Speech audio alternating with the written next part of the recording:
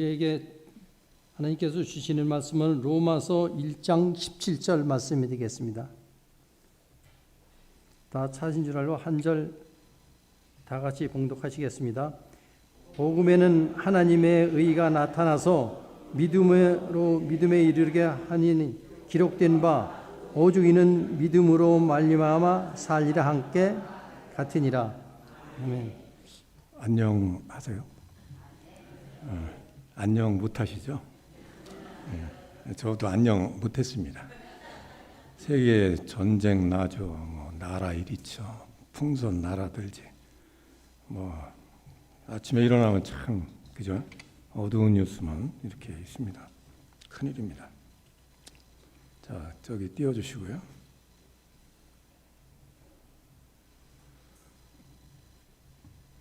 자, 하나 더 남겨주세요. 자, 우리는 그 2주간 동안 종교개혁과 디아코니아라는 주제로 첫 주는 우리가 교회의 본질이 뭐다? 디아코니아, 그죠? 그 두 번째 주, 지난주에는 우리 그리스도인의 직무가 뭐다? 디아코니아다. 그런 주제로 이제 2주 동안 강의 겸 설교를 했습니다. 오늘 그 연장선 속에서 오늘이 종교개혁 주일입니다. 한 507년 전에 일어났던 종교개혁, 그거를 기념하는 주일인데 오늘 그 주제는 종교개혁이라고 하는 것은 바로 디아코니아 교회, 그걸 향한 전환 사건이었다. 이런 주제로 하나님의 말씀과 또 개신교 지난 500년간의 역사를 통해서 확인해보는 그런 시간을 갖겠습니다. 제가 이제 사전을 찾아봤어요. 요새는 이제 컴퓨터로도 사전 찾잖아요. 네이버 뭐 이런 사전. 종교개혁이 뭔가 쳐봤어요. 그러니까 종교개혁이라고 하는 것은 16세기 유럽에서 로마 카톨릭에 반대해서 일어난 개혁운동으로 1517년에 루터가 독일에서 95개조 반박문을 제시하여 면죄부 판매를 공격하는 데서 비롯하였고 성서의 해석을 중요시하고 개인의 신앙을 강조하는 것이 바로 종교개혁이다. 이렇게 이제 사전적인 의미로 나와 있어요. 하지만 우리는 이러한 사전적인 개념을 넘어서 마틴 루터가 507년에 하늘에서 뚝 떨어진 사람이 아니죠. 그 이전에 어떤 사건이 있었어요. 영향을 받은 거예요. 그래서 그걸 살펴보니까 그 이전에 한 100년 전에 얀 후스라는 사람이 체코라고 하는 나라에서 1415년에 로마 카톨릭에 반대해서 일어난 개혁운동, 그 영향을 마틴 루터가 받았더라. 그겁니다. 자, 여기 화면에 나오는 대로 우리가 16세기라고 그러죠. 1500년대. 그때 이 종교개혁이라고 하는 것은 그 루터나 칼빈, 우리가 알고 있는 그 두 사람 외에도 이렇게 수많은 수십 명의 사람들이 동시다발적으로 일어난 로마 카톨릭에 대항해서 프로테스트에서 나온 운동이다. 이게 이제 바로 개신교라는 사실이에요. 그래서 이 현재 한국 교회 개신교 수가 교단 수가 몇 개인지 아세요? 118개로 되어 있답니다. 굉장하죠. 저희는 이제 한국 기독교 장로회고 저쪽 가면 뭐 또 예수교 장로회, 또 예수교 장로 안에 무슨 파 침례교 뭐 아주 정신이 없어요, 그죠? 그래서 이걸 따져보니까 우리가 개신교가 이제 미국에서 건너온 게 이제 140년이라고 생각할 때 1년에 한 번씩은 교단이 분열돼서 나간 거야. 그 좋은 일일까요? 정말 디아코니아가 우리가 이제 교회 본질이고 또 그리스도인의 직무가 디아코니아라고 우리가 이제 그러한 또 개신교인이다 이렇게 이제 점검을 했는데 이러한 사실은 참 수치스러운 일이죠. 좀 더 섬기고 이해하고 이게 아니라 툭 하면 싸워서 뭐 분열되고 1년에 하나씩 교단이 나오는 거야. 전 세계적으로 참 유례가 없는 그런 창피한 현실입니다. 자, 이러한 복잡한 개신교 상황에서 우리는 우리 개신교 전통에 대한 기준점을 좀 더 분명히 하고 도대체 개신교가 뭐냐, 그 본질이 뭐냐, 또 비본질적인 게 뭐냐. 교단이 많으니까 거기에서 이제 여러 가지 자기들 나름대로의 특성이 있죠. 근데 거기서 본질적인 것과 비본질적인 것은 다른 거예요. 그죠? 비본질적인 건 그렇게 할 수 있어요. 근데 정말 본질적인 거, 엑기스, 중요한 거, 그게 도대체 뭐냐? 이거를 우리가 알아야 되는 것은 굉장히 필수적인 부분이다. 제가 이제 신학교를 1987년도에 일반 대학을 마치고 들어갔었는데 한신대 신대원에 들어갔을 때 성경을 공부를 하는데 교수님들이 이제 강의를 하세요. 그때 이제 신약 성서를 공부하는데 역사적 예수, 그러니까 역사적으로 실존했던 예수님 2000년 전에 그분에 대한 연구를 무지무지하게 하더라고. 그리고 바울 서신이 이제 예수님이 십자가에 처형당하고 부활하신 그 사건이 복음서에 있다면 그 이후에 신앙적으로 그리스도를 고백하는 그리스도 예수에 대해서 또 연구하는 파트가 또 있어요. 그건 바울 서신에 대해서 그걸 공부하는데 정말 하여튼 성경을 계속 아주 연구하는 거예요. 자, 왜 그런 연구를 할까요? 예수님의 본래의 말씀이 뭐냐? 본래 하셨던 그 소리가 뭐냐? 원래의 소리. 그거를 듣기 위해서, 그거를 알아내기 위해서, 그리고 예수님이 어떠한 행동, 실천을 하셨는가, 그거를 알기 위해서 신학 연구에 가장 원초적인 관심은 바로 그런 데 있다. 그래서 깊은 연구가 필요합니다. 신학생들은. 마찬가지로 우리가 속해 있는 개신교, 처음에 이 종교개혁이라는 게 나왔는데 본래 그 개혁가들이 의도했던 바, 그거를 추적해서 분명히 알아내는 거, 우리가 개신교인이라면 가장 선행돼야 될 그런 사안이 아닐 수 없습니다. 또 우리가 속해 있는 이 장로교라고 하는 것은 칼뱅, 장 칼뱅이라고 원래 프랑스 사람이었는데 거기서 로마 카톨릭에 핍박을 받아서 스위스 제네바 가서 난민으로 살면서 거기서 이제 평생 제네바에서 개혁운동을 했던, 또 찌빙글리 그 옆에 쥐리시에서 종교개혁운동을 했던 칼뱅과 찌빙글리의 신학의 전통형인 게 우리 장로교예요. 그게 개혁교회라고도 그러고. 자, 이런 우리의 신앙 선배들 500년 전에 이렇게 유럽 지도에 나와 있는 대로 굉장히 많은 사람들이 동시다발적으로 그 당시에 로마 카톨릭에 대해서 프로테스트에서 나온 그 선배들, 그 외에도 그 뜻에 합류했던 무수한 사람들, 프로테스탄트들, 개혁가들 몇 명, 뭐 수십 명 있다고 그럴 때 거기에 동조했던 수많은 개신교인들, 그런 분들이 소중한 개신교라고 하는 전통의 길을 텄어요. 그래서 그거를 지금까지 500년 동안 걸어온 거예요. 저희도 그 전통의 길에 서 있는 것입니다. 오늘 이 기념주일을 맞이해서 이 종교개혁의 맥락을 짚어보면서 오늘의 한국교회에 대한 메시지를 정리해 보고자 합니다. 먼저 마틴 루터 이전의 사건, 그리고 이후의 사건을 간략하게 살펴봅니다. 넘겨주세요. 자, 지난주인가 지난주인가 이 얀 후스에 대해서 설명을 했습니다.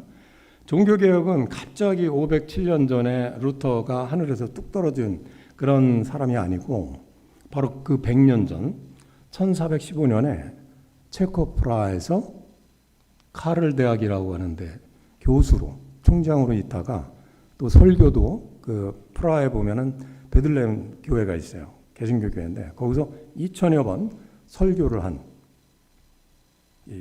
얀 후스라고 하는 그분이 1414년에 로마 카톨릭에 이런 주장을 한 거예요. 지난주에 했죠. 뭐냐? 설교를 하는데 체코말로 좀 하게 해달라. 그 당시에는 라틴어만 하는 거야. 교인들은 라틴어를 모르니까 뭐야? 그냥 눈만 봉사처럼 이렇게 있는 거예요. 설교 끝났어요. 그럼 집에 가고 하나님의 뜻을 그냥 감 잡는 거예요. 그러니까 그 카톨릭 성전 보면은 성당 가면은 주변에 그 벽에 그림이 많아요. 그 그림 보고 대충 알아라 이런 얘기예요. 그게 되겠습니까? 그러니까 후스는 이제 이건 아니다. 설교할 때 체코말로 하게 해달라. 성경도 체코말로 번역하게 해달라. 라틴어 성경? 그 까막눈인데 어떻게 봐 그걸. 그래서 그게 주장이 하나였고, 두 번째는 뭐라 그랬죠? 성만찬 때 왜 신부들만 포도주 먹냐? 포도주하고 빵 같이 줘야지. 일반 교인들은 빵만 주는 거예요. 그래서 그걸 요구한 거예요. 두 개 다 줘라. 모든 이에게, 모두가. 그리고 설교도 모든 이가 다 듣고, 성경도 모든 이가 다 읽게 하라. 자, 세 번째는 교회는 처음 초대교회가 굉장히 순수했죠. 사도행전 2장과 4장에 보면 그렇게 순수할 수가 없어요. 그리고 가난했어요. 뭐가 있잖아요. 나눠줘. 교회가 축적할 재산이 있겠어요? 없어요. 가난해요. 철저히 교회는 처음에 교회로 들어가서 순수하고 가난해져야 된다. 이런 주장을 하게 된 거예요. 네 번째는 정치하는 사람이나 종교 지도자들은 죄를 지면은 똑같이 벌받게 해달라. 그 얘기를 들은 로마 카톨릭에서는 이거 봐라. 까부네. 그래가지고 콘스탄츠 공의회에서 불살라 죽여라. 화형 언도라는 거예요. 그래서 1415년에 화형을 당해서 순교했습니다. 체코 프라하에 가면은 그 광장이 있어요. 광장에 가면은 그 얀 후스의 동상이 이렇게 있어요.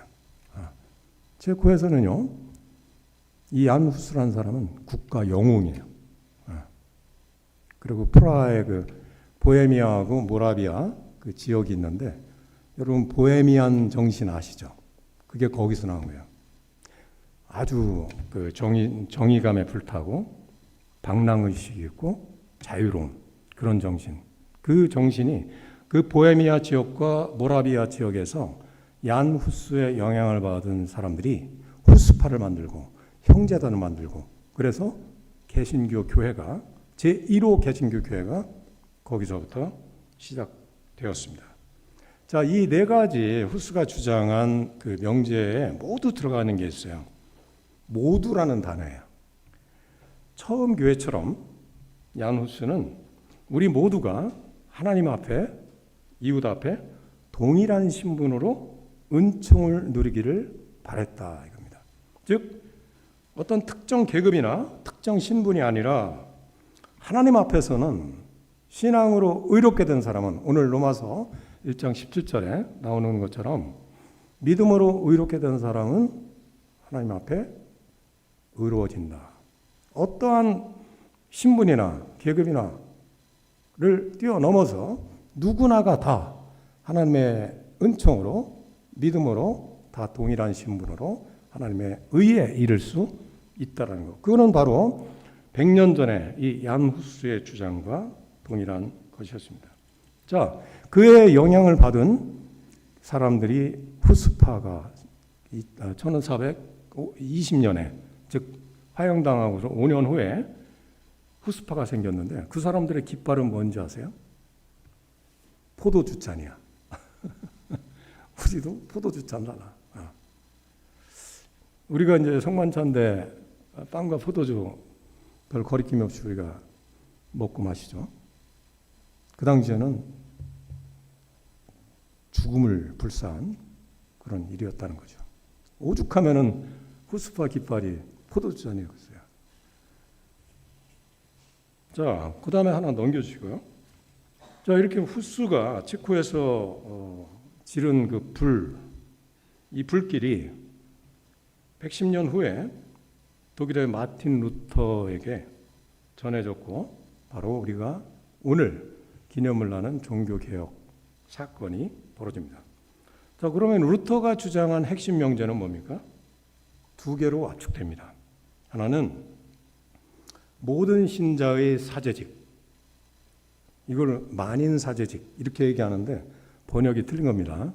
독일어로 das Priestertum aller Gläubigen이라는 말인데 뭐냐면 Gläubigen 하면은 신앙이네요. 신앙으로 의롭게 된 사람들은 다 모두 사제다.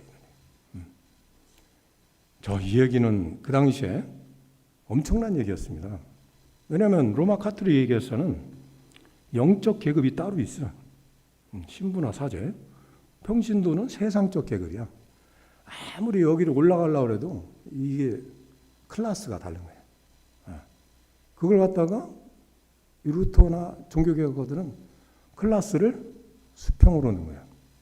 믿음으로 의롭게 되면은 그 클래스가 없어진다는 거예요. 혁명적인 선언이죠. 자, 이는 당시의 성직자 계급주의를 종언을 구하는 사건이었죠.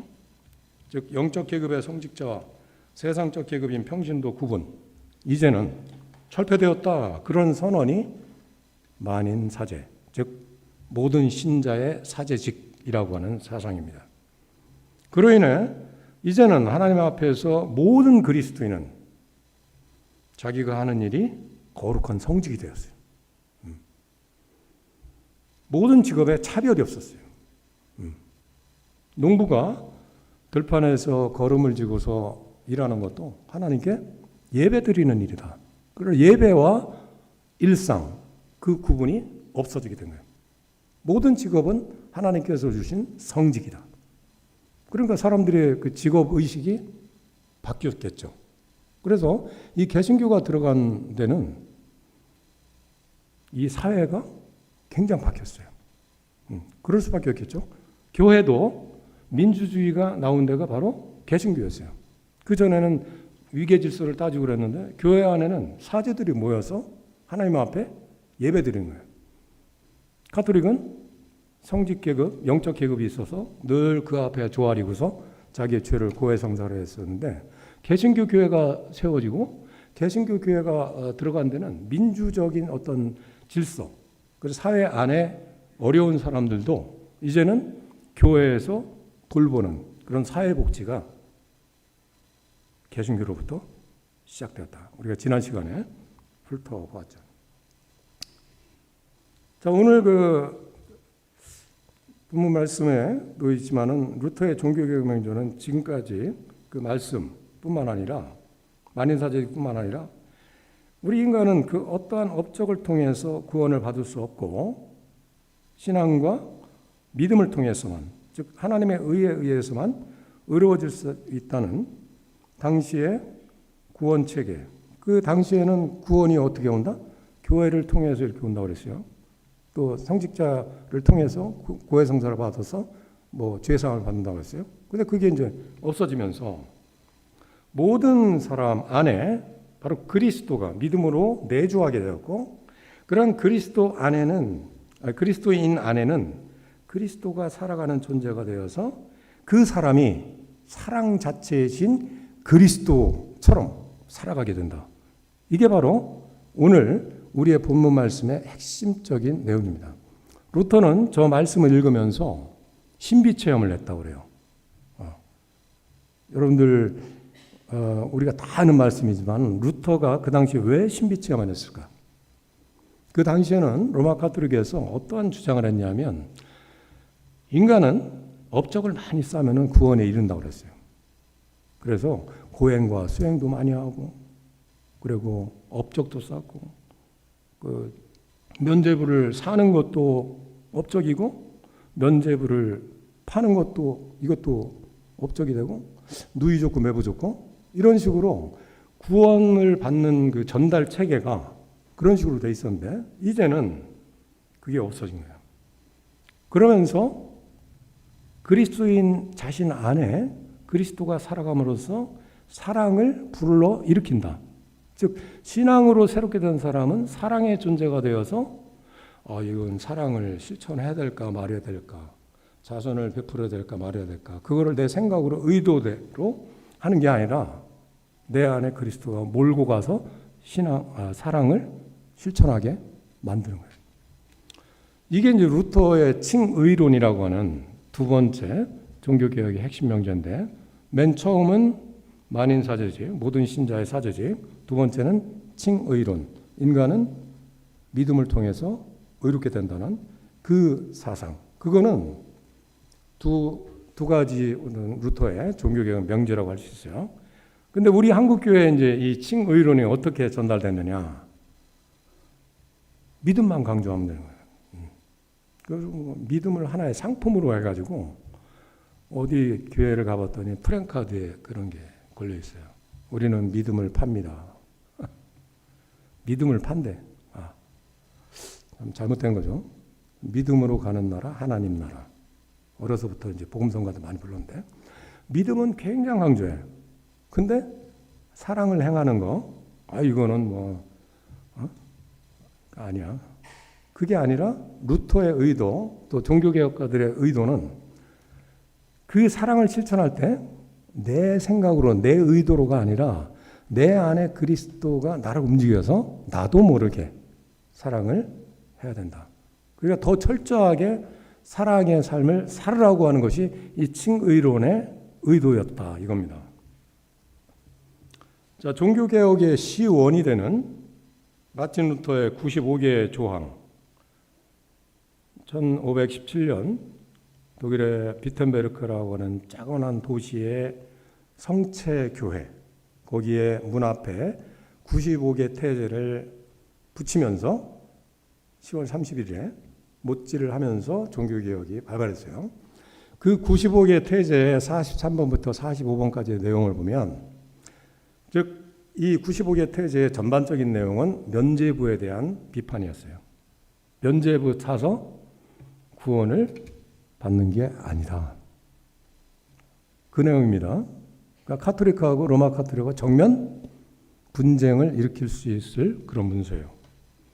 근데 43번부터 45번까지 문서에 보면은 그 면죄부를 사는데 돈을 쓰는 것보다 차라리 그 돈을 가난한 사람에게 나눠주면 하나님께서 기뻐하신다. 이런 내용이 들어있어요.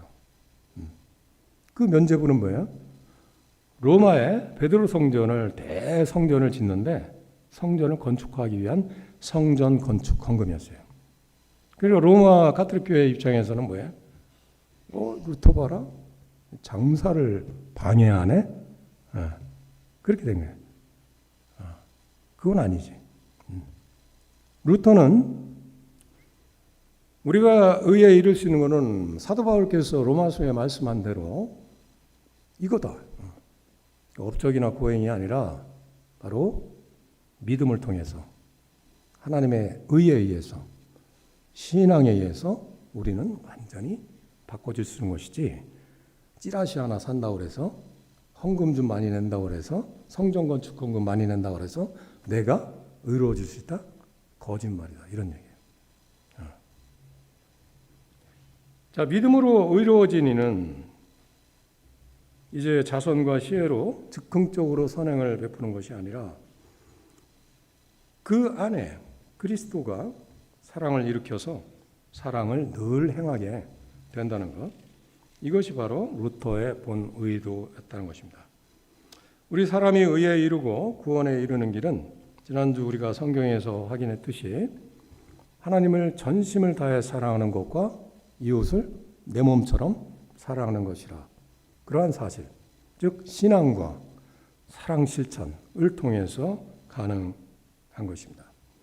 우리가 맨 처음에 첫 주에 구약 성서에서 야훼 하나님에 대해서 확인했습니다. 야훼 하나님은 가난한 이들, 약자, 이웃을 섬기는 존재 그 자체이시고, 그분은 정의와 사랑의 하나님이시다. 근데 그 야훼의 영을 받고 이 세상에서 2000년 전에 사람의 몸을 입고 이 땅에서 사신 역사적 예수는 바로 그 영을 입고 살았던 예수님은 자신을 뭐라고 그랬어요? 누가복음 22장 27절에 보니까 나는 디아코노스다. 시중드는 이다. 섬기는 이다. 남 위에 군림하거나 남을 지휘하는 사람이 아니라 세상 권력자들은 군림하려고 한다. 세상 권세자들은 은인 행세를 하려고 그런다. 너희는 그러면 안 된다. 큰 사람이 될래? 가장 어린 아이처럼 되어야 된다. 섬김을 받으려면 섬기는 사람이 되어야 된다. 나 역시 섬기는 자로 너희 가운데 와 있다. 그러면서 사마리아인 비유나 또 최후 심판 비유나 아주 알기 쉽게 우리가 구원에 이르는 길에 대해서 바로 하나님 사랑과 이웃을 내 몸처럼 사랑하는 구체적인 길을, 우리에게 구원의 길을 제시해 준 것을 알 수 있습니다. 자, 종교개혁에 의한 이 개신교 디아코니아 역사는 이러한 성경의 핵심 명제를 다시금 불을 지핀 사건이었습니다. 이러한 소중한 종교개혁의 전통을 초기에 잘 이어왔어요. 처음에는 종교개혁가들이 살아있을 때는 그 전통이 잘 이어졌어요. 하지만 우리가 알듯이 교회 역사 2000년 동안 보면은 교회 역사 늘 잔잔한 물 위에서 순항하는 그런 배가 아니었음을 알 수 있습니다. 개혁가들이 하늘나라로 간 이후 조금씩 이 배가 흔들리기 시작한 거예요. 그리고 폭풍우를 맞아서 바다에 해일이 치듯 어두운 역사의 변곡점을 지나게 됩니다. 1618년에 어떠한 사건이 터졌냐면 30년 전쟁이 터진 거예요. 가톨릭과 개신교가 싸움이 붙은 거예요. 넘겨주세요. 프라하의 성에서 개신교 지도자들하고 가톨릭 지도자들하고 회의를 하러 모였어요. 개신교가 이제 교회를 지어야 되는데 가톨릭하고 상의를 하러 모였네. 가톨릭에서 반대를 했네. 그리고 저렇게 싸움이 난 거야. 싸우다가 개신교인들이 가톨릭 사람들 갖다 창문에서 확 던져버렸어요. 넘겨주시고요. 저 3층 그 창문에서 확 던져버렸는데 뭐 사람이 죽거나 크게 다치지 않았는데 그 밑에 여물통이 있었어요. 그래가지고 이게 이제 사건이 됐네. 그게 프라하 창문 투척 사건이라고 해요. 세계 역사에도 나옵니다. 1618년부터 1648년 베스트팔렌 그런 회의에서 서로 화해하자 할 때까지 30년 동안 전쟁이 일어나는 거예요. 자, 이 30년 전쟁 동안에 구교와 신교, 즉 하나님의 이름으로 전쟁을 하는 동안에 독일 인구의 3분의 2가 죽었어요. 1800만 명의 인구에서 1200만 명이 죽었어요. 역사가들은 그때 이 참상을 독일 역사를 100년 뒤로 후퇴시킨 사건이다. 이렇게 평가할 정도입니다. 1950년부터 53년까지 이 땅에서 벌어진 한국전쟁, 저는 62년생이기 때문에 직접 경험하지 못했습니다. 제가 태어나기 한 9년 전, 10년 전, 그때 이 땅에서는 전쟁이 일어나서 200만 명이 희생당했어요. 제가 태어나고 어렸을 때를 보면은 지금도 뭐 그런 기운이 있지만은 남북 간의 어떤 갈등, 그래서 서로를 비난하고 적대시하고 학교에서 그런 교육 받았고 교련 교육 받았고 군대에서 총 들고 북한을 적이라고 지금도 그렇게 하고 있습니다. 자, 이런 전쟁의 후과는 아직도 이어지고 있음을 우리는 목도하고 있습니다. 자, 30년 전쟁, 그 참혹한 30년 전쟁은 종교개혁을 통해서 생겨난 이 개신교에 어떠한 영향이 있었을까? 적개심과 폭력으로 이어진 당시의 사회, 그 당시 사회 전체를 한순간에 제로지대에 서게 하는 겁니다. 전쟁은 터지면 모든 것이 컴퓨터를 하다가 끄잖아요. 다 지워지죠. 그게 전쟁입니다. 무서운 겁니다. 절대 전쟁을 용납해서는 안 됩니다.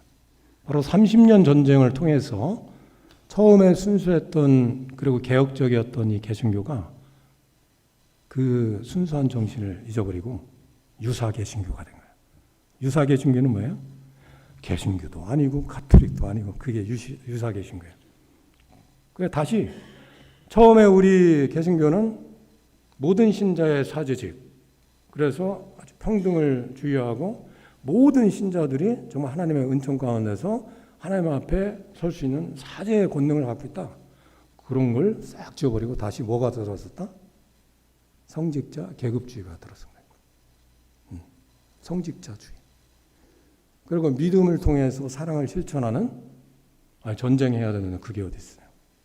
그거 선택 과목 아니면 그냥 지워버려.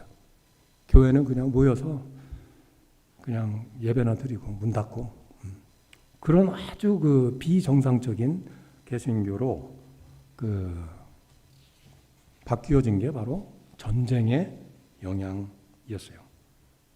아주 반디아코니아적인 그런 무기력하고 잠자는 형식적인 종교 시설로 교회가 추락된 것을 역사를 통해 알 수 있어요.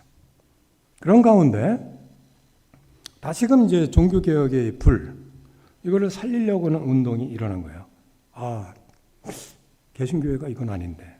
그렇게 생각했던 사람들이 뭉쳐서 일어난 운동이었는데 그게 바로 경건주의 운동이에요. 경건주의 운동. 독일어로 피티스무스라고 영어로 피티즘이라고 하는데 우리가 경건주의 딱 들으면 뭐예요? 경건하다. 금박지 성경 딱 끼고 경건하게 산에 가서 기도하고 세상을 멀리하고 그런 걸 경건이라고 생각하는데 이 경건주의 그거는 그게 아니에요. 아주 액티브하게 활동적으로 정말 종교개혁의 핵심적인 사상 그거를 되찾아서 처음에 개신교로 들어가고 처음에 우리 2000년 전에 교회로 들어가고 처음에 예수님 공동체로 들어가서 그 두 가지의 명제, 종교개혁적인 명제를 되살리고자 하는 운동이 바로 경건주의 운동이었어요. 자, 이 경건주의 운동의 핵심 그 논리는 종교개혁의 불을 지른 루터가 1516년에 로마서 주석서를 썼는데 그 주석서 서문에 쓰인 대로 바로 신앙으로 새롭게 된 그리스도인은 그리스도를 통해서 사랑을 행하고 있고 지금도 말하기 전에 지금도 사랑을 행하고 있어야 돼요. 그리고 의도적이고 계산적인 사랑이 아닌 자신을 유보하지 않고 자신을 생각하지 않고 진정한 사랑의 사람이 되어서 이웃 안에서 살아간다. 그게 루터의 로마서 주석서 서문에 기록되어 있는데 바로 경건주의라고 하는 것은 바로 이런 원칙을 다시 되살린 그런 신앙의 본질인 디아코니아 또 디아코니아가 직무다 마땅히 이웃에 대한 사랑의 삶을 살아가야 된다. 이런 원칙을 가슴으로 받아들이는 사람들, 이런 사람들이 바로 경건주의 운동에 뛰어들었던 것을 알 수 있어요. 그래서 안드레아나 스페너나 프랑케나 찐센드로프나 수많은 개신교인들이 이 경건주의 운동의 행렬에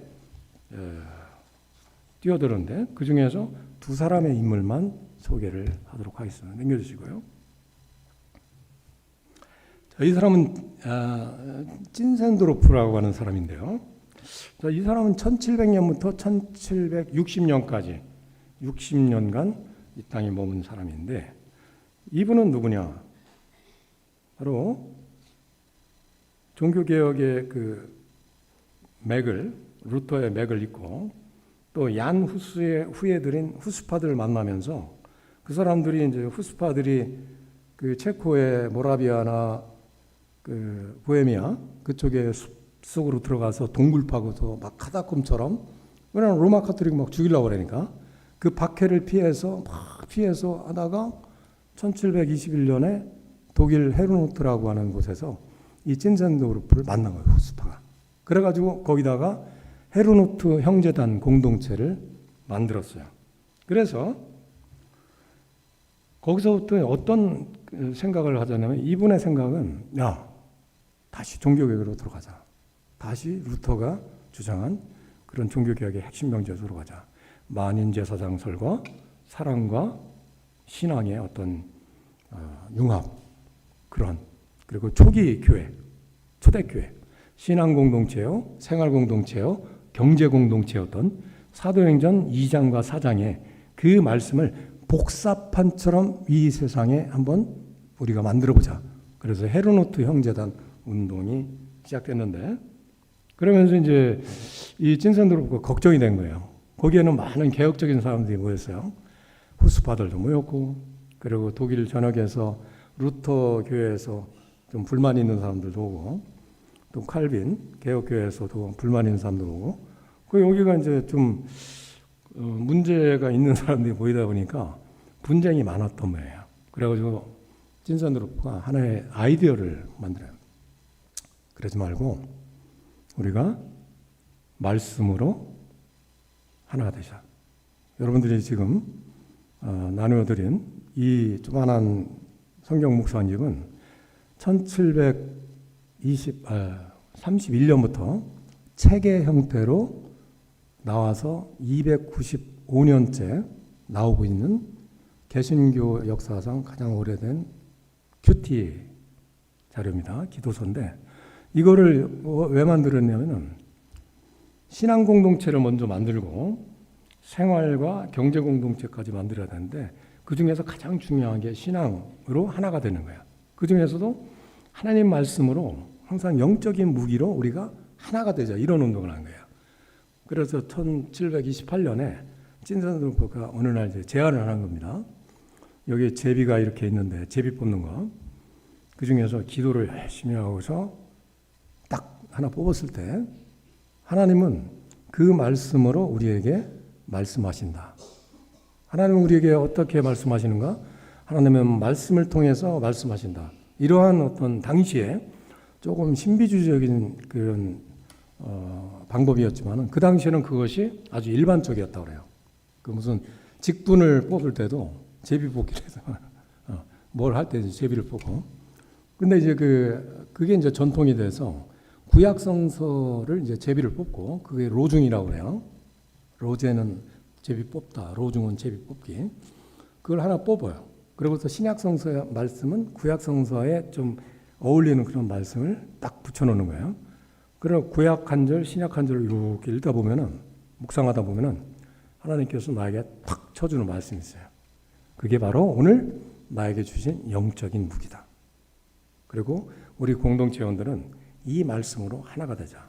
그렇게 해가지고 지금까지 매년 이게 독일어로 나와서 지금은 60개 국어로 이게 번역이 돼서 전 세계 그리스도인들이 200만 명이 이거를 동시에 읽으면서 영적인 힘, 또 영적인 무기, 하루의 슬로건, 어떨 때는 이 말씀이 중대한 결정을 낼 때 큰 어떤 힘을 발휘하기도 하고, 또 많은 사람들, 많은 기독교인들이 이 작은 기도서, 이 묵상집에 영향을 많이 받았어요. 문학가 중에서도 볼프강 괴테라고 하는 독일의 문호, 이 사람도 맨날 읽어보고, 또 디트리시 보네퍼라는 히틀러의 저항에서 교성에 처형당해서 죽은 그런 보네퍼 목사님도 마지막 순간까지 이거를 끼고서 늘 그 말씀대로 살려고 하는 수많은 그리스도인들에게 지금까지도 영향을 끼치고 있음을 볼 수 있습니다.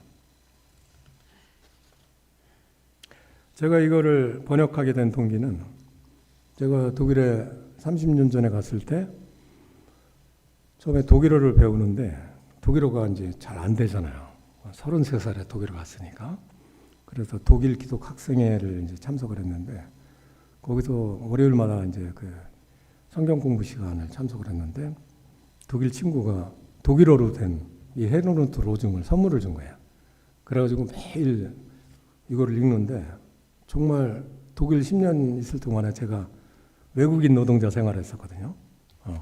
그 한국에서 가져다 쓸 돈이 없어서 그 노동을 많이 했어요. 공장에서, 호텔에서도 일하고, 하여튼 일을 많이 했는데, 그때마다 어려울 때마다, 또 위기의 순간에 닥쳤을 때 이 로중이 저에게 정말 큰 힘을 줬어요. 그래서 한국에 와서 이제 제가 20년 전에 왔을 때 2년 있다가 한국연구재단의 연구교수가 돼서 유럽에 연구차 갔을 때 2006년도죠. 그때 여기 헤르노트를 갔어요. 갔는데 헤르노트 로중 내가 보고 있는데 그 로중 위원회 이제 사람하고 면담을 하는데 한국어로 이게 번역이 안 되는 거예요. 그 당시에 50몇 개국어로 번역이 됐는데 저보고 이걸 한번 번역을 해볼 수 있느냐. 그래서 이제 그러자고 그래가지고 하는데 이 번역이 어려워요. 여기 기도문 같은 게 어떤 거는 단어도 안 나오는 게 고어가 많아요. 그러다가 이제 2009년도 판부터 제가 매년 이거를 독일어에서 한국어로 번역을 하게 돼서 매년 번역을 하고 있습니다. 그래서 감사한 일이죠. 제가 이런 걸 통해서 우리 한국에 소개를 했다는 것이. 자, 그리고 이제 헤르노트 형제단은 이런 신앙 공동체이기도 하지만 생활과 경제를 나누는 그런 디아코니아 공동체였어요. 그래서 이 디아코니아 사업체도 많이 만들고 그래서 막 같이 노동도 하고 그래서 공동체에 속한 사람들은 같이 이 저기를 경제를 공유하는 거예요. 어린 양의 금고에 그거를 모아가지고 그 공동체에 속한 사람들은 때로는 장애를 입거나 때로는 노년에 처하거나 그러면 그것을 헤르노트 공동체에서 같이 책임을 주는 거예요. 초대교회처럼. 굉장히 이상적인 것이죠. 그래서 이제 초대교회를 그렇게 이제 복원하려고 그렇게 지금까지 해오고 있는데 정말 종교개혁의 핵심 명제를 그대로 이어가려고 하는 우리 개신교 전통에 있어서는 아주 보물과 같은 그런 공동체라고 볼 수 있습니다. 그런데 또 하나 넘겨주시고요. 넘겨주세요. 예.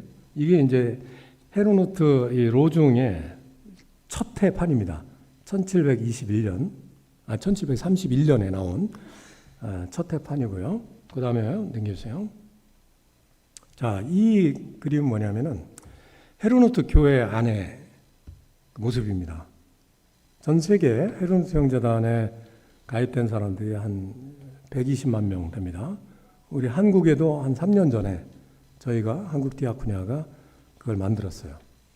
아직 뭐 미미하지만 전 세계적으로 지금 120만 명이 속해 있는데 그 헤르노트 형제단 교회는 다 내부가 똑같아요. 저렇게 흰색이고 그건 순결을 의미한다고 하고 그리고 저기 가만히 보면 이제 강대상과 그 앉아 있는 좌석이 수평이에요.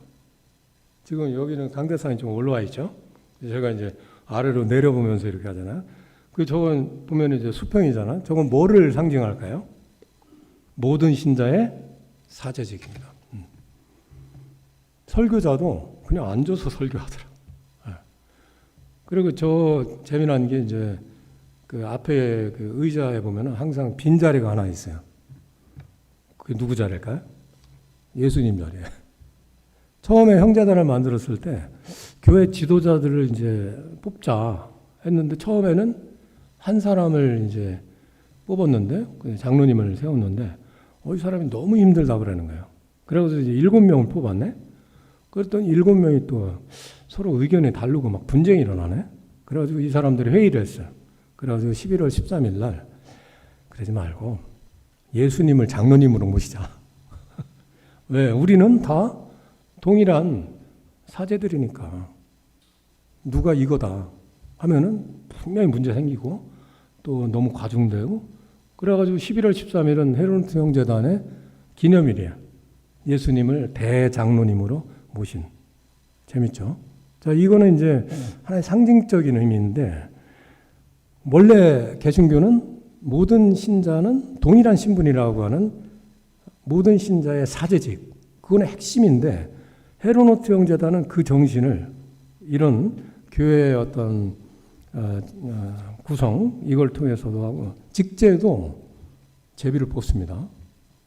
그래서 내가 뽑혔어요. 그러면은 열심히 그 봉사직에 1년, 2년 그 하나님이 주신 직분으로 알고 봉사직, 섬김직으로 알고 그렇게 합니다.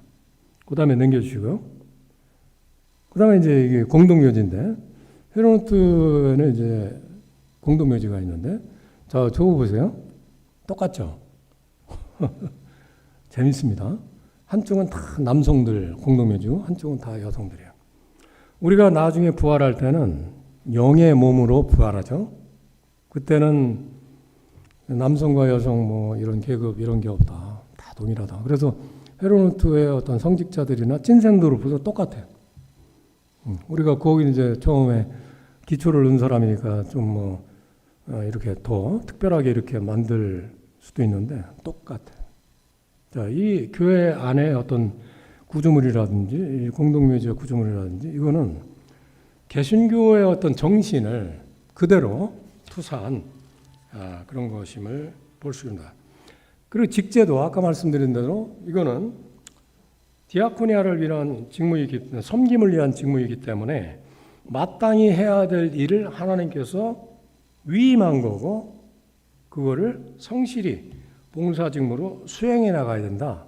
그런 차원에서 디아코니아 직무이기 때문에 어떤 것을 과시하거나 또 누구를 감독하거나 통제하거나 군림하려는 것이 직분이 아니라 직제가 아니라 섬김을 받으러 온 것이 아니라 섬기러 오신 예수 그리스도를 따름에서 오는 당연한 것임을 알 수 있습니다. 우리가 장 칼뱅에 대해서 지난주에 안 배웠는데 장 칼뱅은 우리 장로교회 회시라고 그랬죠. 장 칼뱅은 유명한 게 있어요. 4가지 직분입니다. 목사, 박사, 장로, 집사, 디아콘입니다. 4가지 직제를 장 칼빈은 수평이라고 그랬어요. 수직이 아닙니다. 각자가 맡은 기능으로 하나의 모두 그리스도를 섬기기 위한 섬김직으로 마련했지 통제하거나 감독하거나 그런 군림하는 그런 직제로 세운 것이 아니다. 그게 칼빈의 입장이고 이 찐센드롭의 입장은 우리가 여기서도 확인할 수 있습니다. 자, 종교개혁주의를 맞아서 우리의 전통의 맥을 깊이 한번 생각을 해볼 시간입니다. 넘겨주시고요. 마지막으로 이제 이 사람에 대해서 소개를 합니다. 우리는 지금까지 인물을, 체코의 영웅은 얀 후스라고 했어요. 여러분 체코를 한번 방문하시게 되면 얀 후스라는 사람은 그 사람들 국민 투표를 한대요. 제일 유명한 본받을 사람은 얀 후스입니다. 또 독일은 누군지 아세요? 마틴 루터입니다. 그 사람들이 투표를 하면은 루터 이거예요. 그런데 루터와 버금가는 사람이 바로 지금 사진에 있는 분인데 우리한테는 잘 안 알려진 인물이죠. 이 사람은 요한 히니시 비헤른이라는 사람이에요. 자, 비헤른이라는 사람은 누구냐? 1808년부터 1881년까지 독일 함부르크에서 태어나서 거기서 돌아가신 분인데 우리가 지금까지 3주 동안 강의를 들으셨는데 독일 디아코니아가 33,000개라고 그랬죠. 교회는 18,000개인데 그 33,000개를 기초한 사람이 누구다? 바로 이분이에요. 대단한 분입니다. 도대체 저분이 누구냐? 여러분 독일이라는 나라는 복지국가라고 그러죠. 그죠? 사회국가, 사회주의 국가가 아니라 사회국가는 사회주의 국가와 자본주의 국가의 장점들 다 살린 거예요. 경쟁도 하고 자유도 좋아. 근데 평등과 연대 2개를 합쳐놓은 거예요. 사회가 안정돼 있어요. 굉장히 안정돼 있어요. 제가 10년간 공부하는데 돈 한 푼 안 들었어요. 학비가. 유치원부터 박사 받을 때까지 돈이 한 푼도 안 들었어요. 오히려 돈을 주더라고. 학생들이 공부하고 싶은 거 하고 의료보험 하나 들잖아요. 우리는 카바율이 건강보험이 60%밖에 안 되죠. 그래서 뭐 또 개인보험 또 들어야 되잖아. 괜히 중병 걸리면 그 즉시 가정이 해체가 되니까. 독일은 그걸 건강보험 하나 들으면 내가 학생이었으니까 학생은 별로 안 내. 근데 돈을 많이 버는 사람들은 많이 내. 그래가지고 건강보험은 또 다 들어야 돼. 유학생도. 강제보험에. 근데 아플 때도 걱정이 안 돼. 그러니까. 공부할 때 걱정 안 되죠? 아팠을 때 걱정 안 되죠? 그러니까 뭐야? 안정되지. 우리는 어때요? 제가 대학에서 강의를 좀 했었는데 학생도 불쌍해 죽겠어요. 등록금이 500만 원. 등록금이 없어가지고 24시간 편의점에서 밤에 일하고서 강의실에 끄떡끄떡 졸고 있고 책도 사볼 돈 없어가지고 복사하고 너무 불쌍해요. 지금도 학력 차별, 또 독일 대학은 다 수평, 평준화돼 있어. 어느 대학이든지 고등학교 졸업 시험 합격되면 어느 대학이든지 이 대학 다니다가 저 대학도 다니고 안정돼 있어요. 여러 가지 그 사회보험이 잘 돼 있어요. 그게 사회국가예요. 그 사회국가, 복지국가를 만드는데 가장 그 역할을 한 사람이 이 사람이에요. 디아코니아 운동. 그게 우리가 그래서 어려운 약자들 이렇게 돕고 직접적인 디아코니아는 하지만은 이 사회국가라는 시스템 자체를 구축한 것이 독일 개신교에서 한 디아코니아 운동이다. 북유럽은 어떻습니까? 스웨덴, 노르웨이, 핀란드, 덴마크. 거기 루터의 종교개혁 사상이 16세기 때 그때 들어간 거예요. 북유럽은 복지국가예요. 국가가 세금을 걷어서 모든 사람들에게 복지 혜택을 줘요.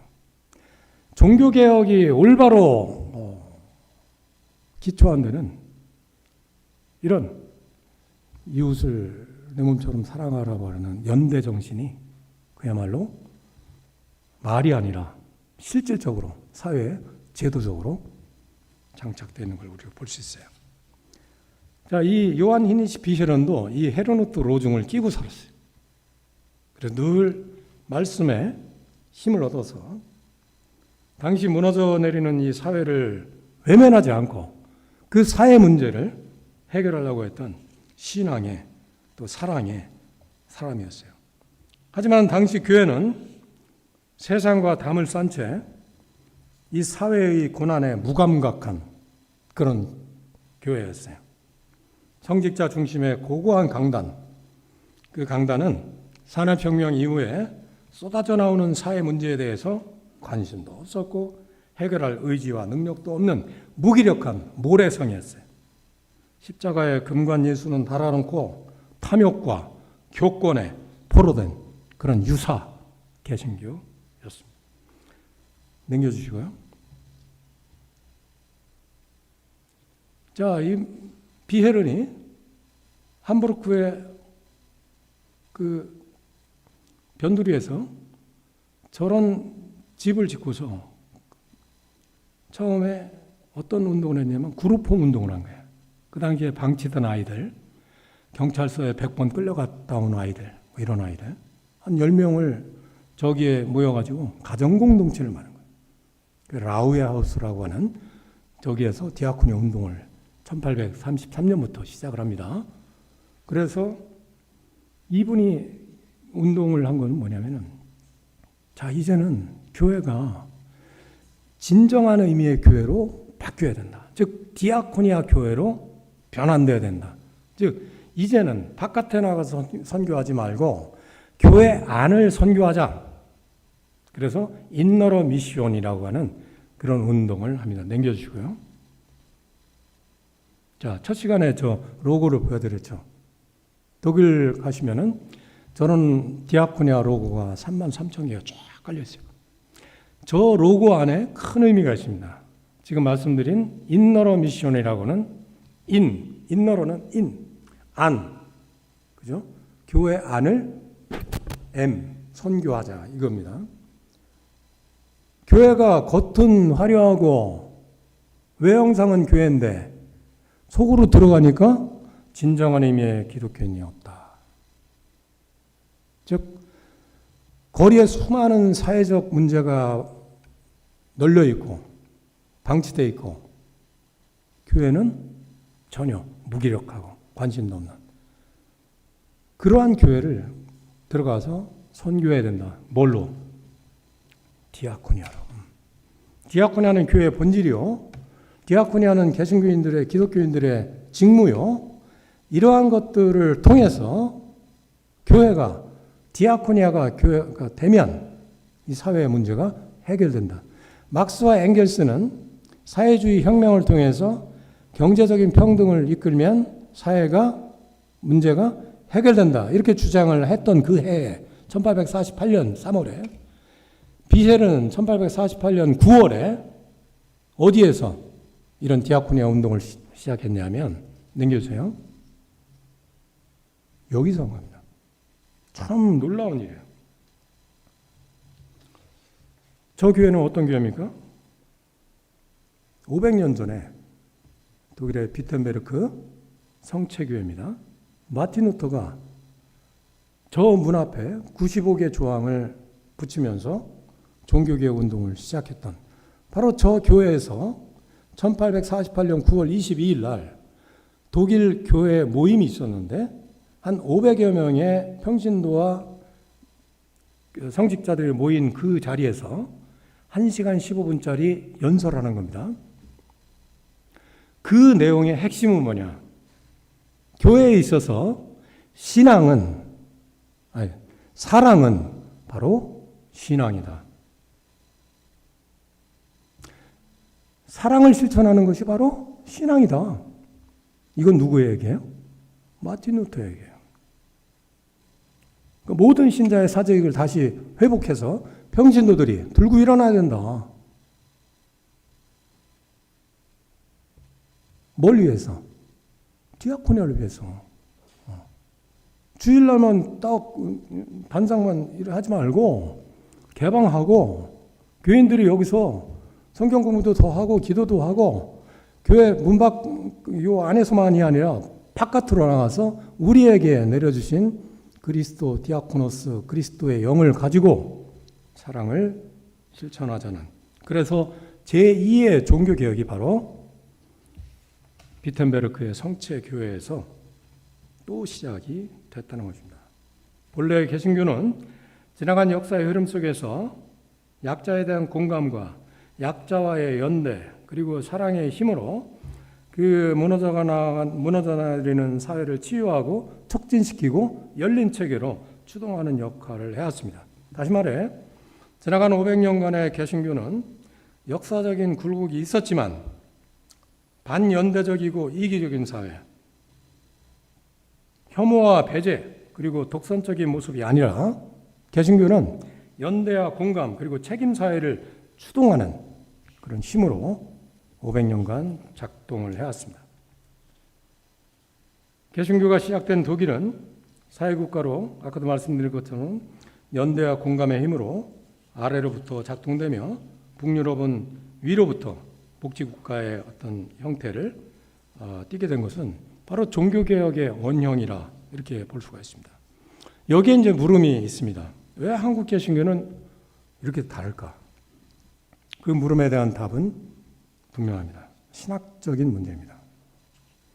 이제까지 한국교회에 심대한 영향을 끼친 반연대적이고 반디아코니아적인 신학, 그것은 문제의 핵심이다.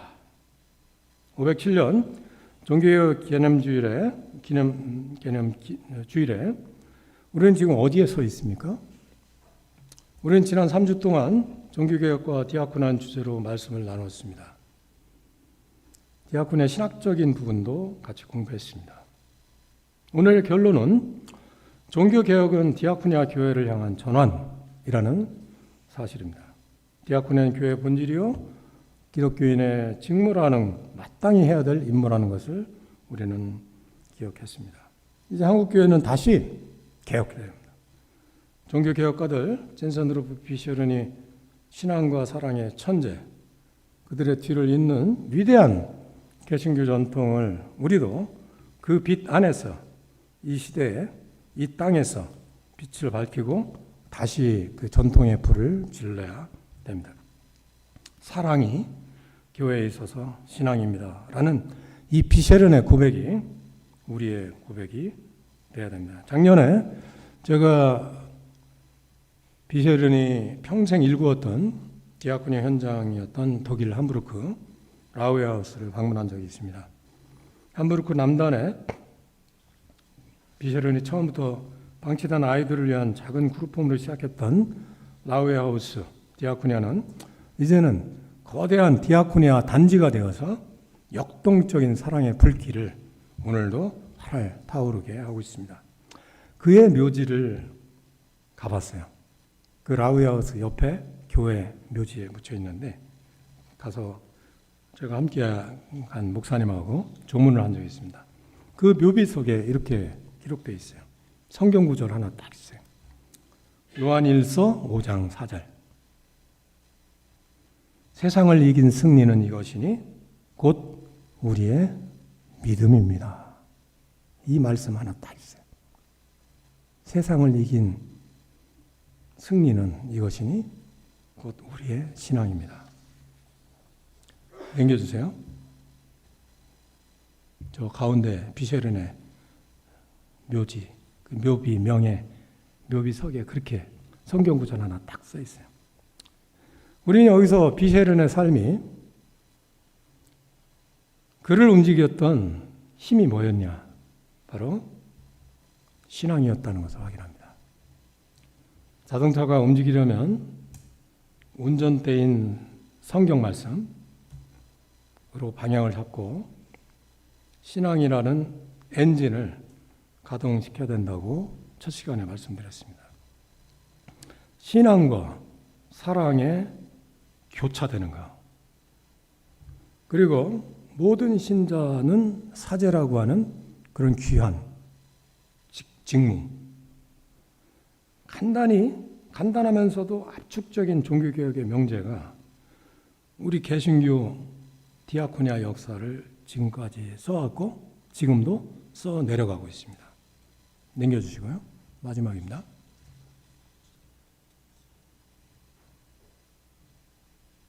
제가 지난번에 이 그림을 보여드렸는데 지금 많은 위기에 처한 많은 사람들이 우리를 향해서 아우성치고 있습니다. 제가 올라오면서 스마트폰으로 보니까 작년 한 해 고독사로 세상을 떠난 사람들이 3,600명이라고 그래요. 3,600명. 혼자 죽음을 맞이하는 외로이. 그리고 또 뉴스가 또 떴어요. 고독사가. 부산에서 어제 발견됐는데 4개월 동안 고독사를 한 아들이 있었는데 4개월 동안 그 아버지가 그 아들을 발견 안 하고 방치한 거예요. 야, 이게 뭐가 잘못돼도 한참 잘못돼 있다. 그죠? 위기의 요소가 정말 우리 주변에 널려 있습니다. 아우성치입니다. 그런데 저 화가는 어떻게 하고 있어요? 그림 그리고 있어요. 구명투구. 저 사람의 고통은 뭐지? 우리가 사랑을 실천하려면 어떻게 되지? 머릿속으로, 손으로. 저거는 디아코니가 아닙니다. 어떻게 돼요? 예수님 같았으면 어떻게 했어요? 발벗고 나서서 뛰쳐들어가서 구해줘야죠. 그게 바로 디아코니다. 넘겨주시고요. 교회는 디아코니아 교회가 돼야 됩니다. 여기에는 그 어떤 사람도 모두가 와서 하나님 앞에 안식을 얻고 하나님 앞에 화해가 되고 어떠한 사람도 혐오나 배제 대상이 아니라 그 누구도 이 교회 공동체는 화해의 사건이 일어나는 그러한 장이 바로 교회입니다. 우리는 어떠한 묘비명을 남길 것입니까? 그냥 아름다운 말이나 상투적인 말이 아니라 그리스도인으로, 개신교인으로 우리가 살아있는 동안 나를 살아가게 했던 고백적인 언구를 남겨야 합니다. 우리의 고백은 사랑과 신앙이 연결된 신앙 고백이어야 합니다. 그리고 교회의 본질인 디아코니아와 개신교회의 직무인 디아코니아를 조용히 섬기며 사랑하면서 디아코니아 교회를 향해서 걸어간 흔적을 우리 묘비명에 남겨야 합니다. 이것이 종교개혁 끝내라는 거예요. 이것이 바로 종교개혁 507년을 기념하면서 우리에게 주신, 우리 개신교인 프로테스탄트인 우리에게 주신 말씀입니다. 감사합니다.